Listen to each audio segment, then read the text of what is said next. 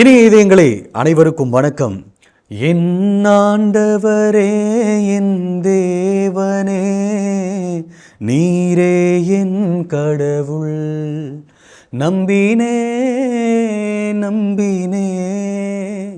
என் ஆண்டவரை நம்பினேன் என்ற ஒரு அருமையான பாடல் வரிகளோடு உங்களை சந்திப்பதில் பெருமகிழ்ச்சி அடைகிறேன். நாம் கத்தோலிக்க கிறிஸ்தவர்களாகிய நாம் ஆண்டவராகிய இயேசு கிறிஸ்துவின் மீதும் நம்முடைய தந்தையாம் கடவுள் மீதும் ஆழ்ந்த விசுவாசத்தோடு நம்பிக்கை பிள்ளைகளாக வாழ்கிறோம் என்பதில் மாற்று கருத்தில்லை. தொடர்ந்து நாம் பிறருக்கு சாட்சிய வாழ்வாக வாழ்வோம். எந்த சூழ்நிலைகளிலும் நாம் ஆண்டவராகிய இயேசு கிறிஸ்துவின் மீதும் இறைவன் மீதும் கொண்டிருக்கிற நம்பிக்கையை தளர விடாமல் தொடர்ந்து நம்பிக்கையின் பிள்ளைகளாக வாழ்வோம் என்ற ஒரு அருமையான சிந்தனையுடன் இன்றைய நம்முடைய நிகழ்ச்சிக்கு வருகை தந்திருக்கூடிய நம்முடைய பாசமிகு அருட்தந்தை டேவிட் ஆரோக்கியம் அவர்களை உங்கள் அனைவருடைய சார்பாக அன்புடன் வரவேற்கிறேன். வணக்கம் ஃபாதர். வணக்கம். எப்படி இருக்கிறீங்க? நல்லா இருக்கணும் தம்பி. நல்லா இருக்கியா? நல்லா இருக்க ஃபாதர். உங்களுக்கு இனிய இதயங்கள் சார்பாக கிறிஸ்து உயிர்ப்பு பெருவிழா நல்வாழ்த்துக்கள் ஃபாதர். நன்றி நன்றி. Happy Easter father. Happy Easter. அதே போல் நம்முடைய திருத்தந்தை மறைந்து நேற்றைய தினம் அவருடைய இறுதி சடங்கு நடந்திருக்கு ஃபாதர். ஸோ அவருக்கு ஒரு அஞ்சலி செலுத்த அவருடைய ஏன்னா அகில உலகமே மதம், இனம், மொழி இதெல்லாம் தாண்டி திருத்தந்தருடைய அந்த இறப்பு எல்லாருமே அதை ஒரு பேர் இழப்பாக எல்லாருமே அதை அந்த இழப்பை எல்லாருமே உணர்ந்திருக்கிறாங்க. உலகத்தில் இருக்கக்கூடிய அத்தனை ஏறக்குறைய ஊடக துறையினரும் இதனை அங்கீகரிச்சிருக்கிறாங்க. அதை குறித்து மக்களுக்கு பல்வேறு காரியங்களை மக்களுக்கு எடுத்துகிட்டு போயிருக்கிறாங்க. அந்த இறப்பு செய்தி வந்த அன்னைக்கு அங்கே காலையில் 7:35 அவர் இறந்துடுறாரு. பிறகு 9 மணி அளவில் 9:30 மணி அளவில் தான் அங்கே அந்த வத்திக்கானுடைய தலைமை பீடம் அதை என்ன சொல்கிறது முழு அதிகாரத்தோடு அதை அந்த செய்தியை வெளியீடு செய்கிறாங்க. ஏறக்குறைய நம்ம ஊர் நேரத்துக்கு கணக்கு பண்ணி பார்க்கும்போது மத்தியானம் 1 மணி 1:30 ஆயிடுது அங்கே அந்த செய்தியை வெளியீடு செய்யணும். அப்போ இங்கே நம்ம மற்ற எல்லா ஊடகத்துறையினரும் அதை எடுத்து மக்களுக்கு கொண்டு போக ஆரம்பிச்சிட்டாங்க. மாதா தொலைக்காட்சியில் ஏன்னா அங்கே அந்த மாதிரி வெளியிட்டிருக்கிறாங்க அப்படின்றது நமக்கு தெரியணும் இல்லைங்களா? தெரியாமல் நம்ம அதை நம்ம சொல்ல முடியாது. ஏன்னா ஒரு ரொம்ப துயரமான ஒரு அனுபவம் என்னன்னு கேட்டிங்கன்னா, திருத்தந்தை அவர்கள் நோய்வாய்ப்பட்டிருக்கின்ற பொழுதே அவர் ஏற்கனவே இறையடி எழுதி விட்டார்னு சொல்லிட்டு பல்வேறு தவறான செய்திகளை பரவலாக்கம் செய்து மக்கள் மத்தியில் ஒரு குழப்பத்தை நிறையா உருவாக்கியிருந்தாங்க. அதனால் நம்ம அது உண்மைதானா? ஏன்னா அதே மாதிரி தான் செய்தி வெளியிட்டு செய்திருந்தார்கள். இதே மாதிரி வத்திக்கான் இந்த செய்தியை வெளியீடு செய்திருப்பதாகவே அதை வெளியீடு செய்திருந்தார்கள். இப்போது அது உண்மையில் அவங்க தான் வெளியிட்டாங்களா, இது உண்மையாக இல்லையான்றது நம்ம அதை உறுதிப்படுத்தாமல் நம்ம அதை சொல்ல முடியாது. இப்போ மற்றவங்க என்ன செய்வாங்கன்னா, அவங்க வெளியிடுவாங்க, அதற்கு தவறான செய்தியானா நாங்கள் தவறாக வெளியிட்டோம்னு வருத்தம் கூட தெரிவிக்க மாட்டாங்க. அதை யாரும் கேட்கவும் மாட்டாங்க நம்ம மக்களுக்கு. ஆனால் அதை நாம் செய்தோம் என்று சொன்னால், என்னையா ஒரு மாதா தொலைக்காட்சியில் இது எப்படி நீங்கள் செய்ய போச்சுன்னு எல்லாருமே கேட்பாங்க. ஆனால் நிறைய பேர் ரொம்ப ஒரு சிலவங்களாம் ஃபோனில் பேசும்போது என்ன பண்ணிகிட்ருக்கீங்க, ஏது பண்ணிகிட்ருக்கீங்க, என்ன கூத்தடிச்சிட்ருக்கீங்க அப்படின்லாம் என்கிட்ட பேசினாங்க. அதே மாதிரி வாட்ஸ்அப்பில் பார்த்தா இட்ஸ் அ ஷேம்ஃபுல் ஆக்ட் அப்படின்லாம் ரொம்ப வருத்தமாக இருந்துச்சு. என்னென்னா திருத்தந்தை அவர்கள் இறையடி எழுதினார்ன்றது ரொம்ப நம்மளுக்கு துக்கமான ஒரு செய்தி. நான் இத்தனைக்கும் ஜனவரி மாத இறுதியில் அவரை நேரடியாக நான் சந்தித்து அவர்கிட்ட அவ்வளோ அருமையாக என்கிட்ட பேசினார். அப்போ என்னுடைய மனநிலை எப்படி இருந்திருக்கும் யோசித்து பாருங்கள். அவ்வளோ அருமையாக மாதா தொலைக்காட்சியை பற்றி நான் அவர்கிட்ட சொல்கிறேன், அவரும் கேட்குறாரு, நானும் பேசுகிறேன். நம்ம ஜனங்களுக்கு ஏன்னா எதுவுமே யோசிக்காமல் அவங்க எல்லாருமே அவங்களுக்கு எல்லாமே தெரியும், எல்லாமே செய்யணும். அது எனக்கு ரொம்ப ரொம்ப மக்களுடைய அந்த ஒரு புரிதல் இல்லாத ஒரு நிலை. இதற்கு நம்ம எப்படியெல்லாம், ஏன்னா நான் அதுக்கு உடனே வத்திக்கானுக்கு நான் ஃபோன் பண்ணி அங்கே இருக்கிற செய்தித்துறைக்கு நான் தொடர்பு கொண்டு, ஏன்னா அவங்களும் எல்லோரும் உடனே யாரும் ஃபோனை எடுத்துட மாட்டாங்களா. அங்கே அந்த அந்த சூழல் எவ்வளோ பதற்றமான ஒரு சூழல். நம்ம உடனே ஃபோன் பண்ணோன்னே அங்கே எடுக்கிற அளவுக்கு அங்கே சூழல் இருந்திருக்கும். பிறகு அதை உறுதிப்படுத்தி அவங்க ஆமாம் உறுதி தான் அப்படி கேட்ட பிறகு அப்புறம் அது இங்கே நமக்கு வந்த பிறகு அதற்கான தயாரிப்பு காரியங்கள் அவருடைய படத்தை வந்து கிராஃபிக் டிசைனில் எடுத்து கொடுத்து அதை ரெடி பண்ணி ஆடியோ நம்ம ரெடி பண்ணி அதையெல்லாம் செட் பண்ணி அது குறைஞ்சது ஒரு மணி நேரமாவது ஆகும். அதற்கப்புறம் தான் நம்ம வந்து தொலைக்காட்சியில் அதை ஒளிபரப்புக்கு நம்ம ஆல்மோஸ்ட் 2:00 2:30 நம்ம கொண்டு வந்துட்டோம். ஏன்னா இதுக்கு பின்னாடி எவ்வளவு வேலை இருக்குது அப்படின்றது எதுவுமே உணராமல் எனக்கெல்லாம் நம்ம வாய்க்கு வந்ததெல்லாம் பேசுகிறது எவ்வளவு நியாயம்னு நம்ம இனிய இதயங்கள் தயவுசெய்து இது உணர்ந்து கொள்ளுங்கள். ஏன்னா நீங்கள் எல்லாம் இங்கே நாங்கள் எவ்வளவு தூரத்துக்கு இதை வந்து இரவு பகலாக உழைக்கிறோம். ஒரு வார்த்தையில் உழைப்பை வந்து உதாசீனப்படுத்துகிறாங்க. கொஞ்சம் கூட ஒரு மரியாதை இல்லாத ஒரு ஒரு ஒரு ஒரு செயல்பாடு, அது தவறான செயல். இது ஒரு மிக்க தவறான அநாகரிகமான ஒரு செயல். இதை நம்ம எப்பொழுதுமே, ஏன்னா எவ்வளோ தூரத்துக்கு இரவு இப்போ வந்து பார்த்திங்கன்னா தவஸ் காலம் முழுக்க 40 நாட்களும் அவ்வளோ இரவு பகலாக உழைக்கிறோம். திருப்பியும் வந்து முடிஞ்சலேருந்து அடுத்து நம்ம வந்து இங்கே யாருக்கும் ரெஸ்ட்டும் கிடையாது, இங்கே ஞாயிற்றுக்கிழமையும் கிடையாது, வார விடுமுறை எதுவும், எல்லோரும் வந்து இரவு பகலாக. அப்போ அந்த ஒரு உழைப்புக்குரிய ஒரு மரியாதை வந்து அது எந்த ஒரு மனிதனும் எதிர்பார்க்கிற ஒன்று தான் வந்து இது வந்து இங்கே ஒரு சாதாரண ஒரு மனிதனாக நம்ம யாரும் கடவுள் கிடையாது, வானதூதர்கள் கிடையாது. அதனால் இனிய இதயங்களை தயவு செய்து புரிந்து கொள்ளுங்கள். ஏதாவது இந்த மாதிரியான காரியங்கள் நிகழ்கின்ற பொழுது மற்றவர்கள் மற்ற ஊடகத்துறையினர் செய்வது போல் உடனடியாக நாம் செய்யக்கூடாது. ஏன்னால் இன்றைக்கு தப்பறையான விடயங்கள், காரியங்கள், செய்திகள் நிறைய இன்றைக்கி வந்து ஊடகத்துறையினுடைய எவ்வளோ வளர்ந்திருக்கோ அதற்கு மேலாக தவறான செய்திகளை மக்களிடத்தில் பரவலாக்கம் செய்வது ரொம்ப சர்வசாதாரணமாகிவிட்டது. அதுவே தொழிலாக ஒரு பகுதியினர் செய்து கொண்டிருக்கிறார்கள். அப்போது சரியாக நாம் செயல்பட வேண்டும். தயவு செய்து வார்த்தைகளை விடாதீர்கள். கண்டிப்பாக எங்களுக்கு உதவி செய்யுங்க. உங்களுக்காக தான் நாங்கள் உழைக்கிறோம் என்று சொன்னால் எங்களது உழைப்பை தயவு செய்து மதிப்பதற்கு கற்றுக்கொள்ளுங்கள். கண்டிப்பாக ரொம்ப அருமையாக சொன்னீங்க. உண்மையிலே பிற சேனல்கள் வந்து செய்தி சேனல்கள் அவங்களுக்கு அது மட்டும்தான் வேலை. அதே போல் பணத்தை நோக்கமாக கொண்டு தான் பரப்புரை செய்வாங்க. அதாவது இந்த செய்தியை யார் முதல்ல வெளியிடுறா அதான் வெளியிடுவாங்க, அது நிறைய போகணும்னு நினைப்பாங்க. கண்டிப்பாக அதில் எவ்வளோ உண்மைத்தன்மை இருக்குதுன்றது வந்து பார்க்க மாட்டேன். அதை பற்றி கவலை இல்லை, யாருக்கும் அக்கறை. ஸோ நமக்கு நிறைய நிகழ்ச்சிகள் இருக்குது, நமக்கு அதுதான் வேலை அப்படின்னு இல்லை, பணம் நோக்கம் அல்ல, நமக்கு பணி தான் நோக்கம் அப்படின்னு இருக்கோம். கண்டிப்பாக இனி இது எங்களுக்கு புரிஞ்சுப்பாங்க ஃபாதர். அதே போல் கண்டிப்பாக ஃபாதர், கண்டிப்பாக. ஸோ ரொம்ப நன்றி ஃபாதர். நம்ம அனைவருடைய சார்பாகவும் உங்களுடைய சார்பாகவும் இதே அஞ்சலி ஃபாதர் நம்முடைய திருத்தந்தைக்கு. ஸோ கடிதம் வாசிக்கலாமா ஃபாதர்? நம்முடைய அமலராணி அம்மா ஃபாதர், திருக்கோயிலூர்லேருந்து அவங்களுடைய கடிதம். கிறிஸ்துவுக்குள் எனக்கு மிகவும் பிரியமான அருட்தந்தை அவர்களுக்கு, உள்ளத்தில் இன்பம் தொடர, இதயம் குளிர, துன்பம் தொலைய, தொல்லைகள் மறைய, இல்லத்தில் யாவும் இனிமையாய் அமைய நாளும் இறை அனுபவத்தை நிகழ்ச்சிகள் மூலம் தந்து கொண்டிருக்கும் நமது மாதா தொலைக்காட்சி பணிக்கென ஜெபித்து எழுதுகிறேன் தந்தையே.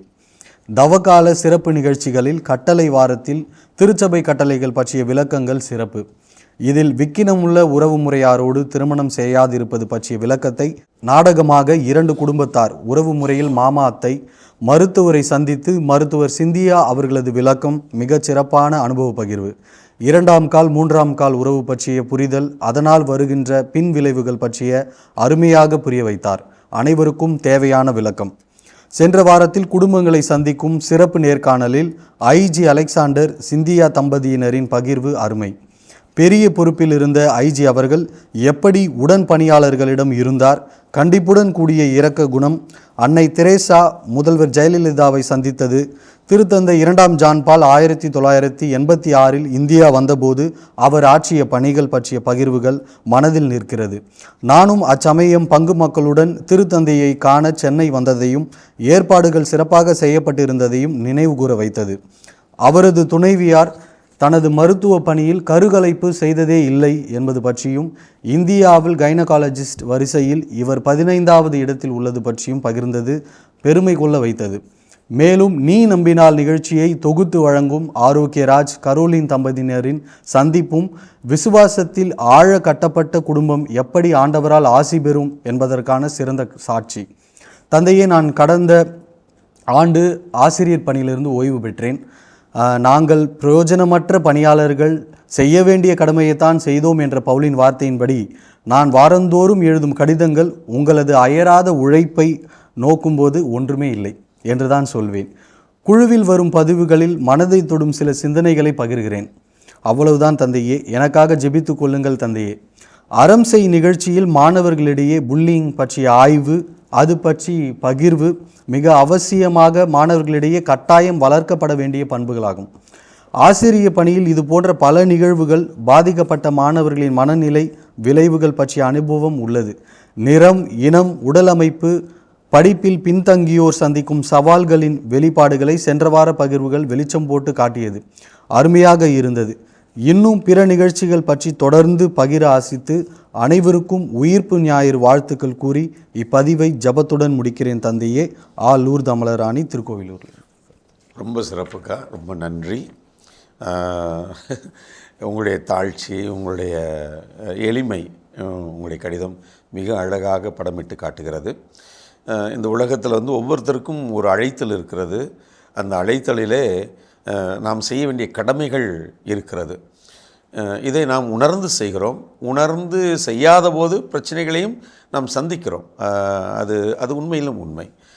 நீங்களும் உங்களுடைய கடமையை உணர்ந்து ஒரு ஆசிரியையாக இப்பொழுது ஓய்வில் இருக்கின்ற பொழுதும், இது ஒரு கத்தோலிக்கனாக, ஒரு விசுவாசியாக எனக்கு இது ஒரு கடமை இருக்கிறது என்ற ஒரு உணர்வு, அதை அன்போடு செய்கிறீர்கள். அதனால் உங்களுக்கு அதை பெரிதாக நீங்கள் எண்ணவில்லை. கடமையை ஒரு கடனாக யோசிக்காமல் அதை அன்போடு செய்கிறீர்கள். எங்களை உற்சாகப்படுத்த வேண்டும் என்ற ஒரு வாஞ்சையோடு செய்கிறீர்கள். அதனால் உங்களுக்கு அது மிக மிக என்ன சொல்கிறது, அது நான் பெருசாக என்ன செஞ்சேன். சமீபத்தில் நான் ஒரு திரைப்படம் பார்த்தேன். ரொம்ப அருமையான ஒரு திரைப்படம். அந்த படத்தினுடைய அந்த இறுதி கட்டத்தில் பார்த்திங்கன்னா, அந்த லாட்ரியை அவர் எப்படியோ ரொம்ப அநேக பிரச்சனைகளுக்கு பிறகு கொண்டு போய் அந்த குறிப்பிட்ட நபர்கிட்ட வயசானவரை கொண்டு போய் சேர்த்துடுறாரு. உடனே அதை எடுத்து சோஷியல் மீடியாலாம் பரவலாக்கம் செய்த உடனே அங்கே இருக்கிற அந்த அரசாங்கம் அதை அங்கீகரித்து அவருக்கு பல பரிசுகளை, இத்தனைக்கும் அவரும் பல சிரமத்தில் இருக்கிறார். பிள்ளையை படிக்க வைக்கிறதுக்கு ஃபீஸ் இல்லை, கடன் நிறைய. அவர் ஒரு சாதாரண லாட்ரி கடை வச்சுருக்கிறாரு. அப்போ அதெல்லாம் அங்கீகரித்து அவருக்கு ஒரு சொந்தமாக ஒரு வீடு, பிள்ளைகள் படிப்புக்கிற செலவு எல்லாமே அரசாங்கம் அறிவிப்பு செய்யுது. அவர் வெளியில் செய்தித்துறையினர் அவர்கிட்ட பேட்டி எடுக்கையில் அவர் அழுகிறார். அழுது, என்னையா நான் என்ன பெருசாக என்ன செஞ்சேன், நான் செய்ய வேண்டிய காரியத்தை தானே செஞ்சேன், நான் ஒன்றும் பெருசாக ஒன்றும் சாதிக்கலையே. அது லாட்ரி அவருடையது, இது என்னுடையது இல்லை. அதை கொண்டே நான் அவர்கிட்ட சேர்த்துட்டேன், அவ்வளோதான்.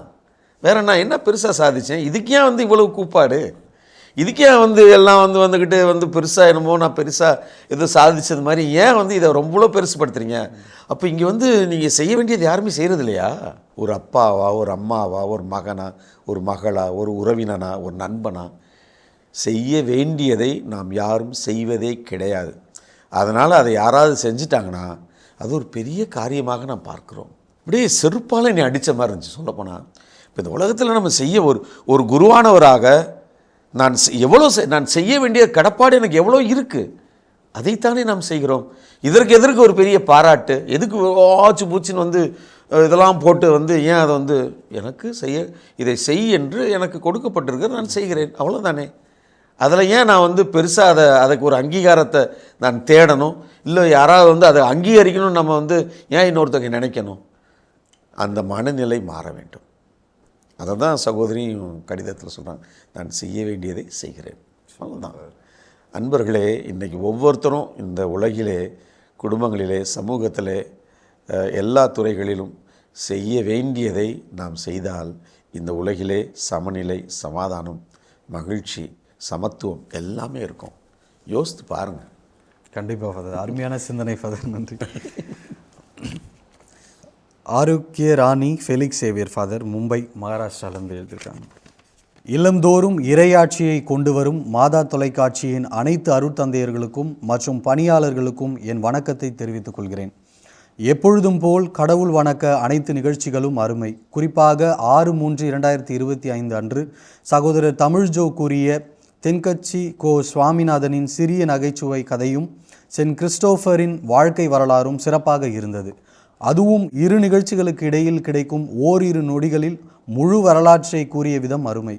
அதே போன்று 15/3/2025 அன்று சகோதரி வேளாங்கண்ணி பபுள் ரேப்பர் பற்றி கூறியது புதிய தகவல். மொத்தத்தில் கடவுள் வணக்க டீமிற்கு எனது வாழ்த்துக்களும் பாராட்டுகளும். ஜீசஸ் பஞ்ச் மிகவும் சிறப்பான நிகழ்ச்சி. இறை வார்த்தையை மக்களுக்கு எடுத்துச் சொல்ல இதைவிட சிறப்பான வழி இருக்க முடியாது. தொகுத்து வழங்கும் நிர்மல் போஸ்கோ மிகச் சிறப்பாக செய்கிறார். மாதா தொலைக்காட்சிக்கு வாழ்த்துக்களும் பாராட்டுக்களும். அதேபோன்று தவக்கால சிறப்பு நிகழ்ச்சியாக சேலஞ்ச் 40யை அறிமுகப்படுத்தி இருப்பது மிகவும் வரவேற்கத்தக்க அம்சமாகும். பெண்கள் தினம் சிறப்பு நிகழ்ச்சி சிறப்பாக இருந்தது. செவிலியர்கள் அருமையாக பேசினார்கள். அனைவருக்கும் என் மனமார்ந்த பாராட்டுக்கள். இதுவே தகுந்த காலம். ஒவ்வொரு வருடமும் அருட்தந்தை ஜோசப் அவர்கள் மிக சிறப்பான முறையில் தியான உரையை நிகழ்த்தி இனிய இதயங்களை மகிழ்விக்கின்றார். மிகவும் அருமையான பயனுள்ள பொருள் பொதிந்த தியான உரைகளை வழங்கும் அருட்தந்தைக்கு என் மனமுவந்த பாராட்டுக்கள். உறவுகள் மேம்பட மிக சிறப்பான நிகழ்ச்சி. அருட்தந்தை வில்சன் அவர்களின் ஒவ்வொரு கருத்தும் மிக மிக பயனுள்ளவை. தந்தைக்கு வாழ்த்துக்கள். யோசேப்பு மரியாளின் கணவர் பெருவிழா சிறப்பு நிகழ்ச்சி. நிகழ்ச்சிகள் அனைத்தும் அருமை. நீதியின் தந்தை எல்லாமே அழகாக மாறும். வளனாரின் வாரிசுகள், சூசையப்பரிடம் போங்க என்ற அனைத்து நிகழ்ச்சிகளும் மனதுக்கு மகிழ்ச்சியை தந்தன. குறிப்பாக எல்லாமே அழகாக மாறும் நிகழ்ச்சியில் தம்பதியர்களின் பகிர்வுகள் பயனுள்ளவையாக இருந்தன. அதே போன்று சூசையப்பரிடம் போங்க நிகழ்ச்சியில் ஒவ்வொருவரும் தாங்கள் பெற்ற நன்மைகளை உணர்ச்சி மயமாக கூறியது மனதை நெகிழ வைத்தது. தவக்கால சிறப்பு நிகழ்ச்சிகள் அனைத்தும் அருமை. வாழ்த்த வார்த்தைகள் இல்லை. திருப்பயண வாரம், பேறு பெற்றோர் வாரம், திருச்சபை கட்டளைகள் வாரம், இல்லத்தில் இறையாட்சி வாரம் என ஒவ்வொன்றும் சூப்பர், மிக மிக அருமை. மொத்தத்தில் தவக்காலத்தை நாங்கள் விரும்பி பார்க்கும் காலமாக மாற்றி பல சிறப்பு நிகழ்ச்சிகளை வழங்கி கொண்டிருக்கும் மாதா தொலைக்காட்சியின் அனைத்து அருட்தந்தையர்களுக்கும் மற்றும் பணியாளர்களுக்கும் என் அன்பான வாழ்த்துக்களும் நன்றிகளும். மரியே வாழ்க. அனைவருக்கும் கிறிஸ்து உயிர்ப்பு பெருவிழா வாழ்த்துக்கள். இப்படிக்கு ஆரோக்கிய ராணி பெலிக்ஸ் சேவியர், மும்பையிலிருந்து. ரொம்ப ரொம்ப நன்றிங்கம்மா. அதாவது மாதா தொலைக்காட்சி எவ்வளவு நீங்கள் மிக மிக நுணுக்கமாக கவனித்திருக்கிறீங்க அப்படின்றது வந்து உங்களுடைய கடிதத்திலேருந்து மிக அழகாக நீங்கள் எழுதுகின்ற ஒவ்வொரு கடிதத்திலும் சரி, மாதா தொலைக்காட்சியும் அதனுடைய நிகழ்ச்சி, அதனுடைய தயாரிப்பு, ஒவ்வொரு விஷயத்தையும் மிக நுணுக்கமாக கவனித்து நீங்கள் எழுதுவது, மாதா தொலைக்காட்சி மீது நீங்கள் வைத்திருக்கின்ற அன்பு, இங்கே பணி செய்கின்ற பணியாளர்கள் மீது நீங்கள் வைத்திருக்கின்ற அக்கறை, இந்த அன்பும் அக்கறையும் கலந்த பரிவு ரொம்ப சிறப்பாக இருக்குது. நீங்கள் ரொம்ப நல்லா இருக்கணும். உங்களுக்காக நாங்கள் எப்பொழுதுமே மன்றாடுறோம். நீங்கள் எங்களுக்காக மன்றாடுங்க. கடவுளின் ஆசிரியனால் உங்களோடு. Thank you father. அடுத்ததாக மதுரையிலிருந்து ரவி ஃபாதர். அன்பார்ந்த நமது மாதா தொலைக்காட்சிக்கு பாசமும் பிரியமும் அன்பும் பண்பும் நேசமும் உள்ள ரவி எழுதும் கடிதம். இது ரசிகனின் கடிதமாகும். நமது மாதா தொலைக்காட்சிக்கு எனது தமிழ் புத்தாண்டு நல்வாழ்த்துக்களை தெரிவித்துக் கொள்கிறேன். நன்றி. இல்லங்களிலும் பல இதயங்களிலும் உதயமாகும் நமது மாதா தொலைக்காட்சிக்கு எனது நன்றிகளும் வாழ்த்துக்களும். காலை 6 மணியில் திருப்பலி சிறப்பு, தினம் ஒரு திருப்பாடல், இன்றைய புனிதர், கதைகள் 1000, நம்ம ஊர் வைத்தியம், பிறந்தநாள் விழா, இதர வாழ்த்துக்கள், ஆலய தரிசனம், நலமா நீங்க நலமா, மாதா டாக்கீஸ், ஆலயம் அறிவோம் போன்ற அருமையான நிகழ்ச்சிகளை சிறப்பாக தினமும் பார்க்கலாம். மாதா டாக்கீஸ் ஒளிபரப்பு நிகழ்ச்சிகள் முக்கியமாக தமிழில் ஒளிபரப்ப வேண்டும் என்று அன்புடன் வேண்டி விரும்பி கேட்டுக்கொள்கிறேன். தவ காலத்தில் ஒளிபரப்பப்பட்ட நிகழ்ச்சிகள் ரொம்ப ரொம்ப சிறப்பு, அருமையான நிகழ்ச்சிகள். மாதா தொலைக்காட்சி பார்ப்பதால் மாதாவின் மீதான பாசம், பக்தி, பற்று என பிடிப்பை உண்டாக்குகிறது. நமது மாதா தொலைக்காட்சிக்கு வாழ்த்துக்களும் நன்றிகளும். நமது மாதா டிவியின் தொகுப்பாளர் தமிழ் ஜோவுக்கு நன்றியும் வாழ்த்துக்கள். நமது மாதா டிவிக்கு கோடி நன்றிகள். தவளை தண்ணீரில் மூழ்க மறக்கும், ஆனால் இவர் மாதா தொலைக்காட்சி காண என்றுமே மறக்க மாட்டார். இப்படிக்கு ரவி, மதுரை, மாதா டிவியின் ரசிகர் ஐயா, ரொம்ப ரொம்ப நன்றி. இதே தொடக்க காலத்தில் இந்த மாதா டாக்கீஸை பற்றி நிறைய பேர் நீங்கள் கேட்டிருக்கிறீங்க, நானும் சொல்லியிருக்கிறேன். இருந்தாலும் பரவாயில்லை, மீண்டுமா சொல்கிறேன். இப்போ நம்ம வந்து ஒளிபரப்புறோம்னா அது பழைய காலத்து இது ஆங்கில படங்களை அதை எடுத்து நம்ம அப்படியே ஒளிபரப்பு செய்கிறோம். நமக்கு அதற்கான லைசன்ஸ் நம்மள்கிட்ட இல்லை, ஒரிஜினல்னு இல்லை.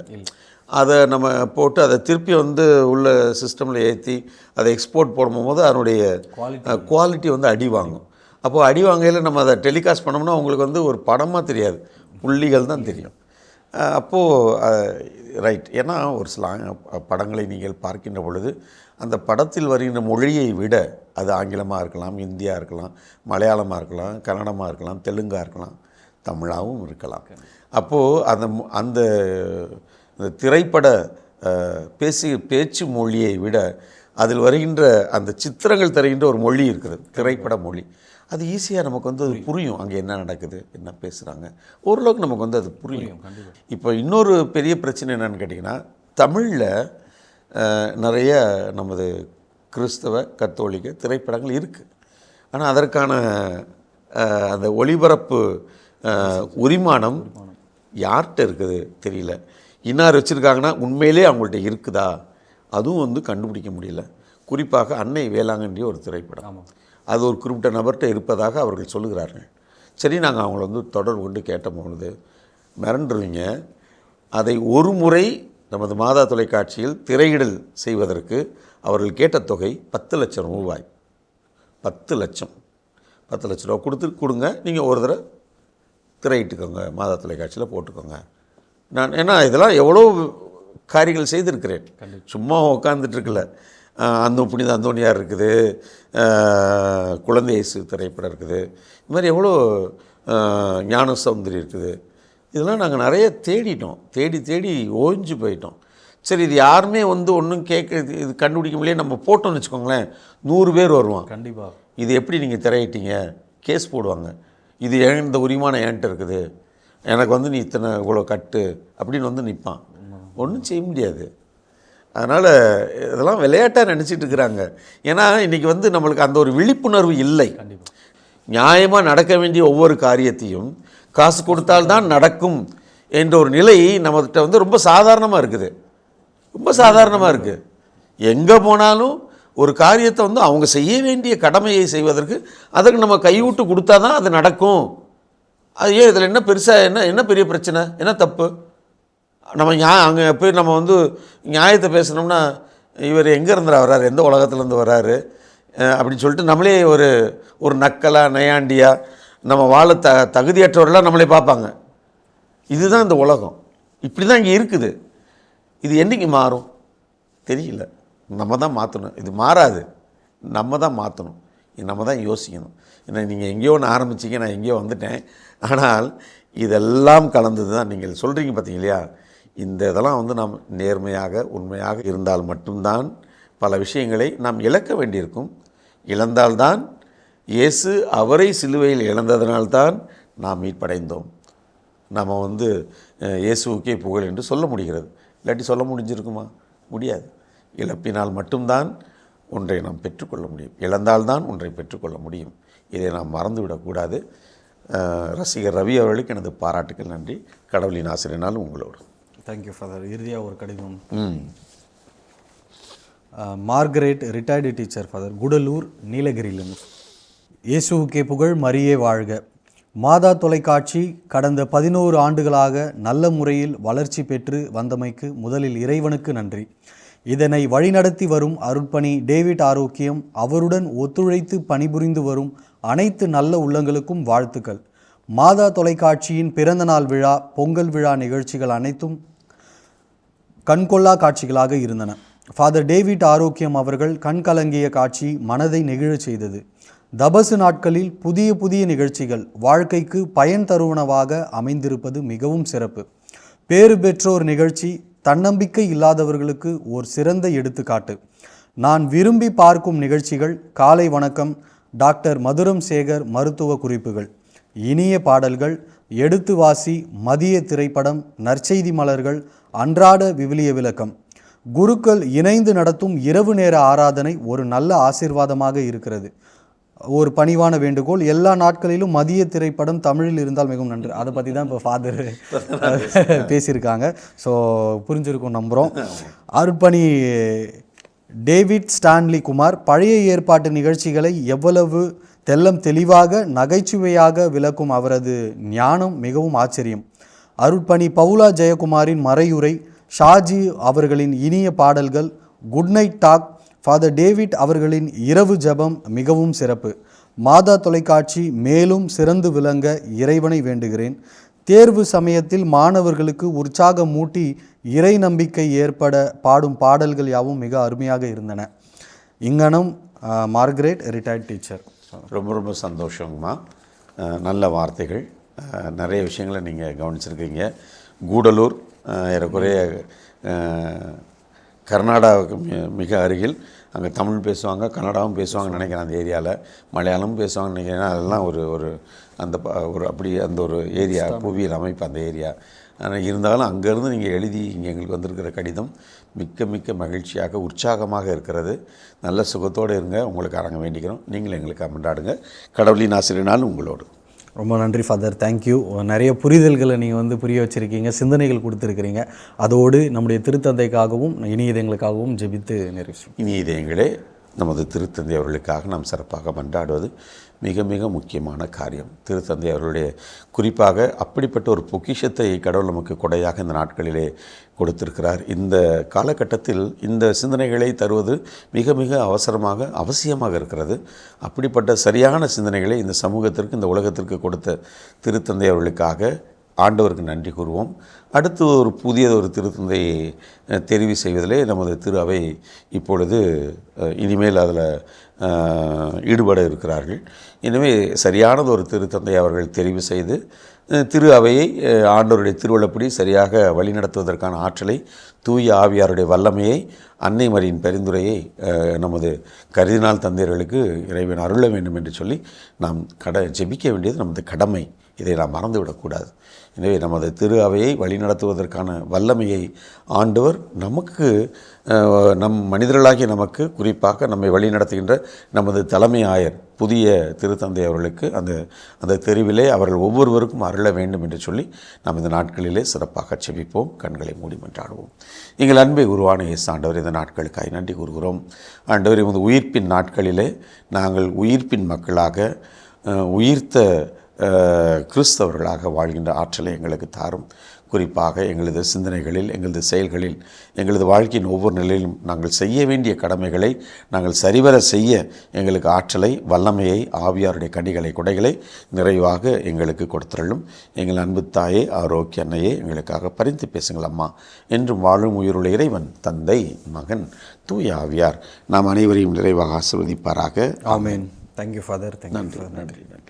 என் அன்பு உள்ளங்களே, ஒவ்வொரு வாரமும் நீங்கள் எழுதி அனுப்பக்கூடிய ஒவ்வொரு கடிதமும் எங்களுக்கு மிகுந்த உற்சாகத்தையும் ஊக்கத்தையும் அளிக்குது, அப்படி தான் சொல்லலாம்.